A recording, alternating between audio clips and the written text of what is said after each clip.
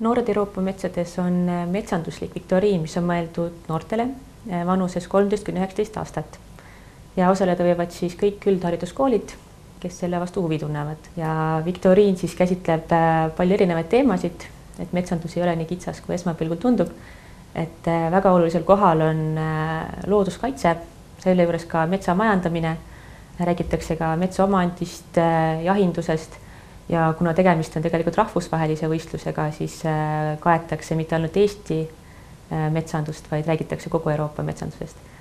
Ja et võistlus toimub siis kahes osas, et ei ole ainult finaal, vaid on ka siis eelvoor, et eelvoorud siis toimuvad igas riigis omaette, et Eestis toimub see juba 4. aprillil ja kodulehel metsainfo.ee saab registreerida ennast kuni 23. märtsini. Et võistkondi võib siis ühe kooli kohta kirja panna nii palju, kui hing ihaldab. Ja siis koolidega võtame eraldi ühendust ja anname siis teada, kuidas need viktoriini küsimused nendeni toimetatakse ja nii edasi. Ja finaal toimub 26–27 september ja see aasta on see siis Eestis, Sagadis. Et 2 päeva ja kui eelvoorus on oluline just testida oma teadmisi Euroopa riikide metsanduse kohta, siis finaalis tuleb lisaks teadmiste kontrollile ka teha ettekanne oma riigi metsanduse kohta. Et eelmisel aastal räägiti oma metsavõlust, et sellel aastal siis tuleb mingisugune teistsugune teema, et millele keskendutakse. Ja nagu igal võistlusel on ka Noored Euroopa metsades oma reeglid, et nagu ma ütlesin, vanus, mis õpilased olla võivad, kes osaleda saavad, on 13–19 ja koolid peavad siis leidma õpilased, kes moodustavad 2 või 3 liikmelised võistkonnad. Ja kuna finaal toimub inglise keeles, siis on soovitatav või kohustuslik, et üks liige vähemalt oskaks siis nendele küsimustele vastata või saaks nendest ka aru inglise keeles, et peab olema inglise keele oskaja. Ja viktoriin koosneb 50 küsimusest ja seal ülejäänud on niisugused väiksed pisidetailid, et kõik reeglid on ka kodulehel kättesaadavad. Ja paar sõna siis ka veel eelvoorust, et milline see välja näeb. Et kui võistkonnad on ennast kirja pannud ja koolid, siis 4. aprillil koolid peavad siis leidma selle aja ja selle ruumi, kus nad selle võistluse läbi viivad. Et meie saadame materjalid, aga koolipoolne juhendaja peab siis koha peal organiseerima ja pärast meil küsimused tagasi saatma. Et finaal on nüüd 2-päevane, et see on just noortele väga hea võimalus harjutada inglise keelt. Et seal ei toimu mitte ainult viktoriin ja see metsanduslik ettekanne, millest ma rääkisin, vaid toimuvad ka ekskursioonid, saab väga palju noortega suhelda, et see on selline tõeline rahvusvaheline koostöö ja suhete arendamine, et eelmise aasta Põlva Ühisgümnaasiumi võistkond oli meil väga õnnelik ja silmad särasid veel paar nädalat peale võistlust. Et kindlasti ma arvan, et see ka noortele väga suur motivaator, et sellel võistluses osaleda.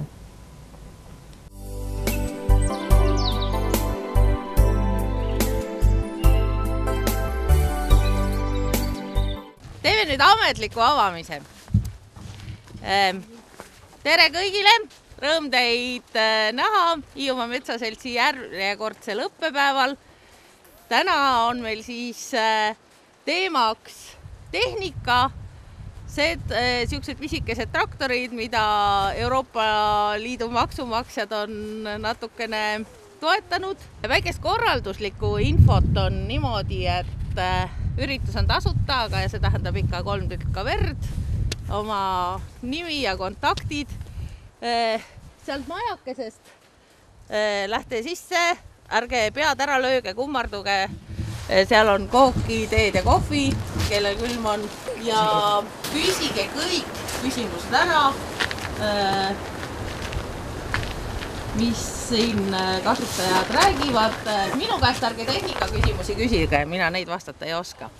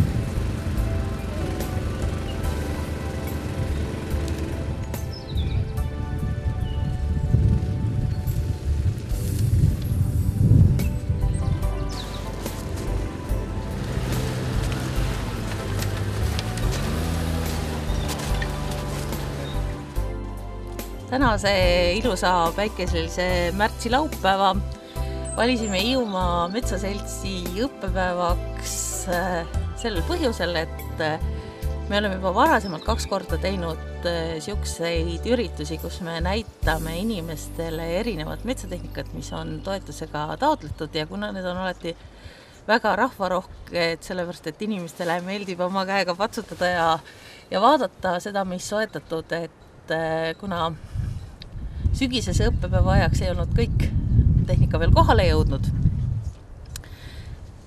siis nüüd oli põhjus uus teha. Kuna meie seltsi liikmete seas on väga palju jahimehi, siis me enne kui 3. märtsil ei saanud teha, sest siiamaani kestis jahijooaeg, neil poleks olnud aega tulla. Nüüd olid neist paljud kohal, rõõm oli näha.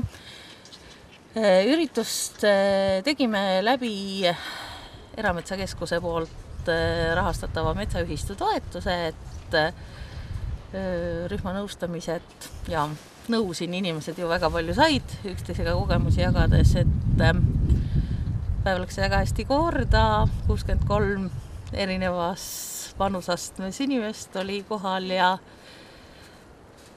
nüüd me järgmise nädala tegeleme pöidla hoidmisega, et äkki on põhjust järgmine aasta jälle selliseid üritusi teha. Siin me räägiksime siis veidikene metsaühistu osast metsaomanike koostöös, aga metsaomanike aitamisest elektriliinialuste maade hooldamisel ja nende ohtliku puude raiel. Et see, mida te siin taustal näete, et siin on hetkel just tehtud see liinialuse hooldus ja nagu te näete, siin on veel päris palju puid alles jäetud. Et see on üks näide sellest, kuidas me leppisime kokku jaotusvõrgu inimestega ja nende konkreetsete töötegijatega, kes siin selle töö tegid, et millised puud tuleks säilitada ja milliseid puid üldse tohib selle liini alusel maal üldse kasvatada. Et üldine reegel on see, et elektriliinist traatidest peaks jääma vähemalt 4 meetrit need puuladvad eemal, ehk siis antud juhul tohiksid need puud kasvada kuni 5 meetri kõrguseks. Ja selline tegevus on ka Eesti Energia poolt täiesti aktsepteeritav ja lubatav. Küll ei ole lubatud siia alla neid eraldi istutada. Selle jaoks on vaja kindlasti eelnevalt ikkagi luba küsida, aga siin on need tekkinud looduslikult ja nende maharaiumine ei takista selle liini edasisi hooldustöid ja ka tänast toimimist. Omaette teema on need ohtlikud puud, mis on nii-öelda liinikoridori ääres, et neid puid loomulikult tohivad Eesti Energia inimesed koristada ka ilma maaomaniku nõusolekuta, et tagada pidev elektrivarustus.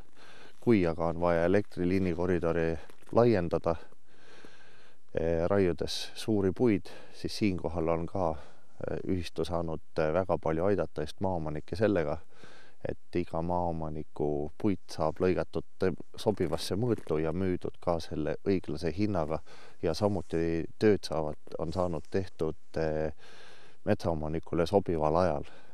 Ehk see tähendab seda, et ei ole kuskile veeauku tehtud valmis metsamaterjali, mida sealt tegelikult kokku vedada võimalik ei ole. Ja see tegelikult nõuab sellist pidevat koostööd nii antud juhul siin jaotusvõrgu inimestega, aga edaspidi ka kindlasti Eleringi inimestega, et igapäevaselt siis metsaomanike huviga kaitsta ja seda on meil piirkonnas korraldamas metsaühistu siis.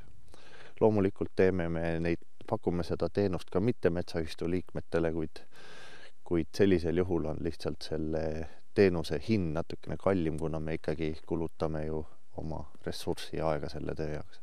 Et tihtipeale metsaomanikud nagu ei tea oma õigusi seal liinialuses vööndis, et nad arvavad, et seal võib teha siis kõiki tegevusi, mis aga kellel pähe tuleb. Ja kahjuks on väga palju ka juhtumeid, kus nii-öelda tööettevõtja ei teavita metsaomaniku nendest planeeritavatest töödest või siis nende tööde alustamisest. Ja seetõttu tekitatakse tihtipeale metsaomanikele asjatut kahju, mida saaks tegelikult vältida, kui teha piisavat koostööd ja õigeaegselt ka metsaomanikega ühendust võtta ja nendega korralikud lepingud teha ja neid hiljem ka siis järgida.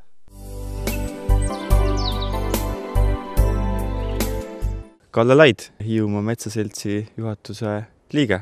Milline on ühe metsas toimetava metsaomaniku päev?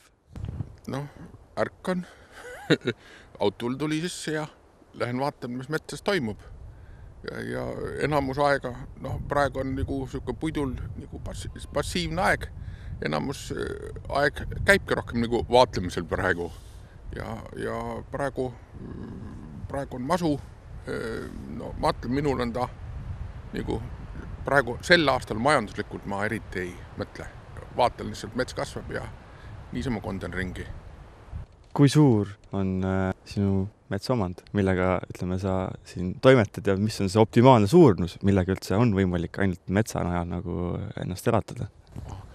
Peaks olema kuskil, ma arvan, et 300-400 hektarit, kui sa tahad metsast elada ainult.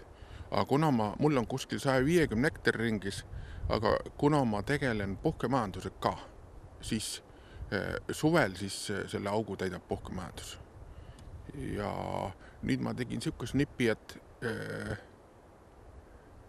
näed, nüüd 2 masut on järjepanu käinud, tegin triki ja müüsin osa põlde ja maid maha ja maksin pangalaenud ära. Ja tundes hiidlas iseloomu, mul ka selline iseloom, kuradi Jaan vaadata, kui teised siputavad pankade ees ja sa viskad jala üle põlve ja teised maksavad. Vanasti jooksin nagu ori mööda metsa ja raiud siit ja raiud sealt. Aga küll see masu mööda läheb ja hakkame jälle, ega siis oleme optimistid. Aga praegu on mul on kerge elu selles mõttes. Ma olen otsustanud paar aastat puhkan nüüd ja siis hakkan jälle pihta. Sa ütlesid, et sul on ka üks kõrvaltegevusala on puhkemajandus. Et kas nüüd see puhkemajandus on seotud otsapidi ka selle metsa puhkemajandusega või ongi puhtalt ainult turismiettevõte või turismimajandus? See on siukene, mul on siuke passiivne turism. Inimesed tulevad meile puhkama, nad on privaatses kohas, keegi neid ei sega, vaikus. Ma otseselt neid oma metsadega sidunud ei ole. Aga inimesed tahavad oma ette tulla ja aktiivturismi, seda ma ei arvasta eriti. Ja ma olen loomult laisk inimene ja olete te näinud hiidlast, kes palju tööd teeb. Ma mõnda tean, aga hiidlane on visiooni inimene rohkem. Saarlane on töömees.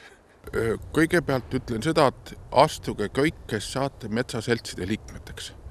Sel lihtsal põhjusel, et siis metsaomaniku hääl jõuab ka kuskil ülesse. Ja